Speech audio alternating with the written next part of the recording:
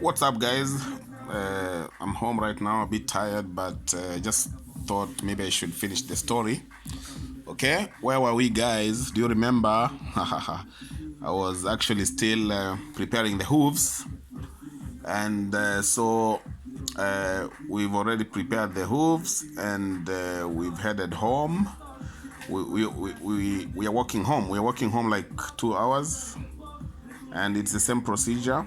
It's around we started early in the morning, around 8 in the morning, and we've just finished our work at around 8 in the evening. It's dark. Then we have to walk like 2 hours, on the same roads where the abusive drivers and passengers are driving, and we are walking like 2 hours until we arrive to the camp. Okay, we eat and then we sleep. Okay, then the next day was the same procedure, of course. Get up in the morning, walk 2 hours, go to the workplace. So we did that like for a month, and then it was too tough for us, and actually we got our salary, which was about $50. You remember the $50 I got from Babyface in a day? Of course, he was doing his stuff, but I mean, he gave me $50 in a day, and I made $50 for washing the hooves and cutting them and dividing and doing all that after working for 30 days. So 30 days, I got $50 from this Ghanaian guy. But well, it was his business, and we were desperately looking for something to do. So we spent the whole month doing that, and we got our $50.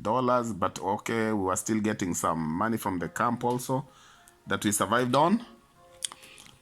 And that was more like the story about the hooves and the first work that we did.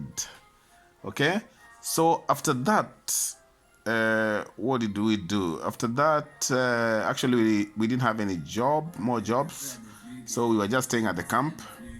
And the funny thing is, these guys at the camp, the Nigerian guys that were living there, they were like, Clay, why do you? I mean, Paul. My name was Paul actually at the camp. Paul, why do you sleep all the time? You should be doing something. You should be doing something, Paul. You see, we just get up in the morning, we take our bags and we go, and when we come back and sell stuff, So, I mean, stuff like clothes and Walkman, and then we tracksuits, not drugs. They were not dealing with drugs at the camp. Okay, so these guys every morning they used to get up in the morning, take an empty bag, or a suitcase. They take an empty bag or a suitcase. They go out. They come back in the evening with a lot of stuff: clothes, tracksuits, Walkman, cassettes, and everything that we at the camp would buy from them. So we were buying stuff from these guys, with the little money that we were getting from the camp. And these guys were like every week sending cars to Africa. So, of course, you know where they were getting the clothes, where they're getting the tracksuits. They were stealing them, okay? So, they would wake up in the morning, go to the city center, do their thing, come back with stuff full of, with suitcases full of clothes, and then come to the camp, and then sell to the lazy ones like us, or people who are scared to steal, because I mean, that was not in our blood or in my blood to steal. But well, I can understand them. They didn't have jobs, so they needed to make a living, and by stealing in Germany, by then that was a petty stuff. I mean, and these are refugees, so it was like a petty crime. They wouldn't do anything. They'll just give you a warning. So, I mean, these guys were like convincing all the time, but, well, I didn't go for it. So, one day, actually, he just woke me, one of the guys, I think it was David, if I remember his name. He came to my room and he was like, can you take me to the shops? Then we went to the shop. Then I was like, okay, let's go. We went to the shops, and he was like, I'll show you how we do it. Okay, so he went to the shops and started buying. He's like picking, but he's picking and he's not putting uh, in the bag, okay, in the shopping bag.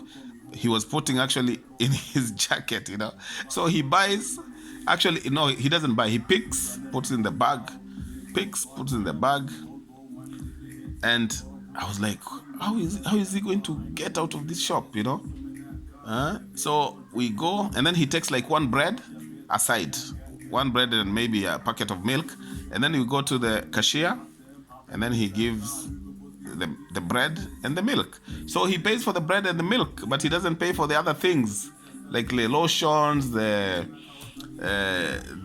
hair shavers, Everything is in the jacket, the big jacket. And then he comes out with a paper bag with the bread and milk that he has paid for, but he has not paid for these other things.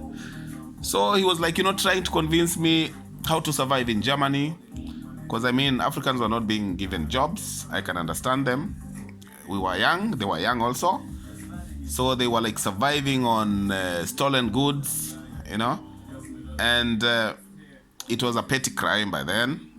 They had been caught so many times and nothing happened to them. So they were used to it, and they were sent, they were dressing to kill these guys, You'd think they are American Marines. When you meet them in town, in Itzehoe town, you'd think these guys are Marines, American Marines, well dressed, looking good, okay? So they